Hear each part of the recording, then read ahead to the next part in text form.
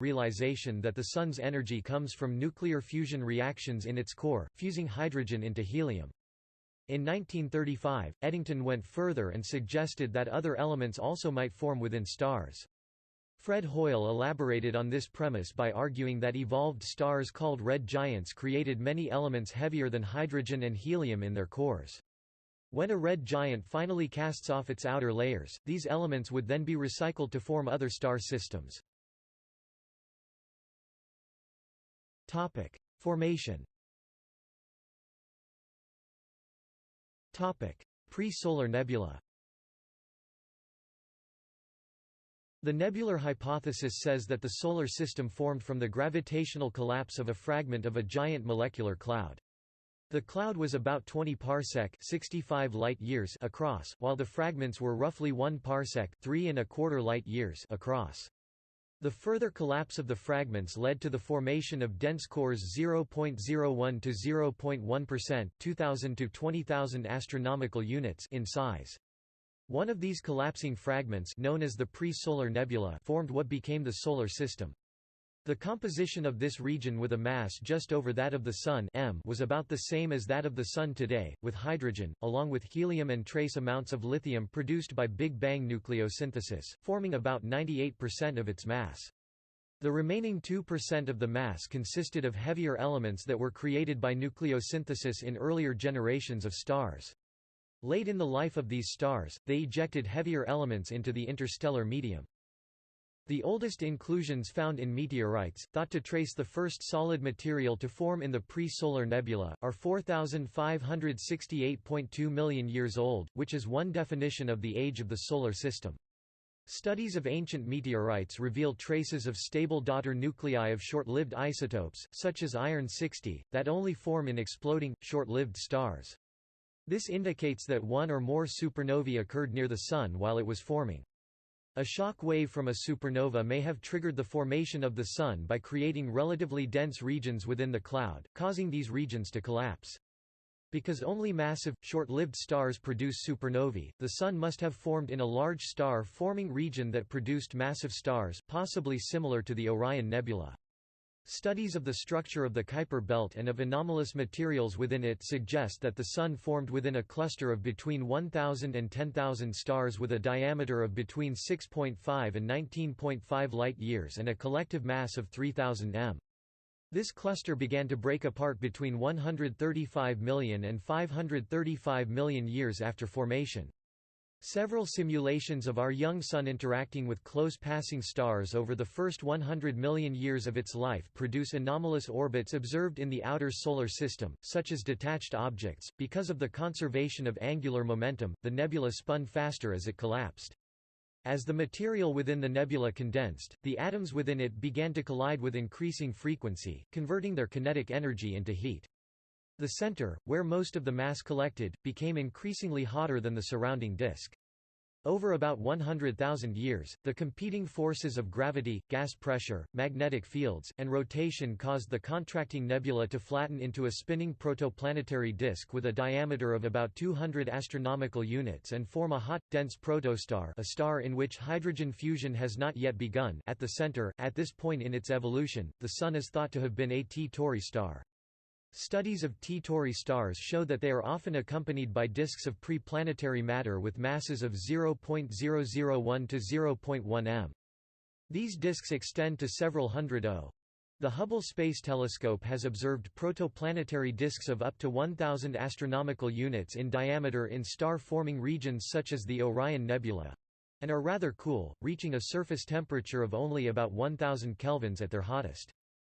Within 50 million years, the temperature and pressure at the core of the Sun became so great that its hydrogen began to fuse, creating an internal source of energy that countered gravitational contraction until hydrostatic equilibrium was achieved.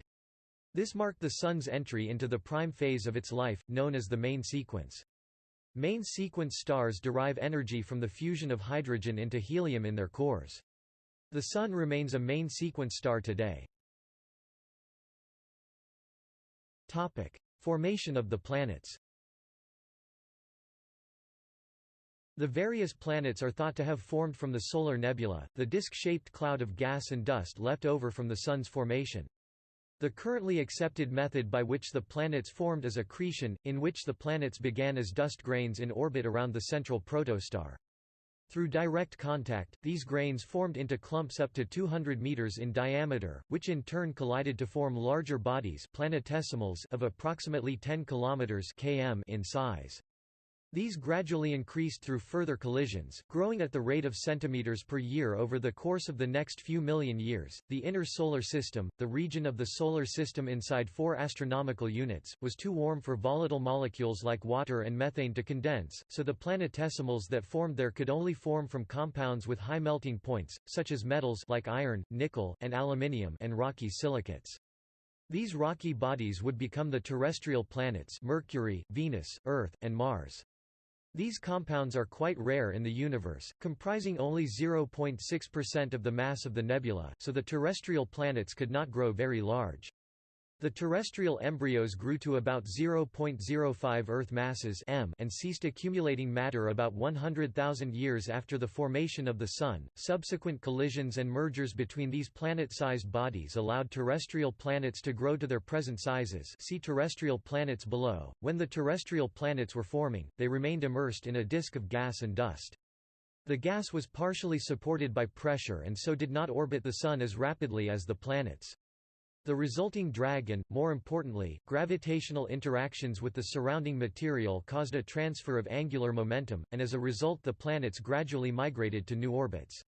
Models show that density and temperature variations in the disk governed this rate of migration, but the net trend was for the inner planets to migrate inward as the disk dissipated, leaving the planets in their current orbits. The giant planets Jupiter, Saturn, Uranus, and Neptune formed further out, beyond the frost line, which is the point between the orbits of Mars and Jupiter where the material is cool enough for volatile icy compounds to remain solid. The ices that formed the Jovian planets were more abundant than the metals and silicates that formed the terrestrial planets, allowing the giant planets to grow massive enough to capture hydrogen and helium, the lightest and most abundant elements. Planetesimals beyond the frost line accumulated up to 4m within about 3 million years. Today, the 4 giant planets comprise just under 99% of all the mass orbiting the Sun. Theorists believe it is no accident that Jupiter lies just beyond the frost line.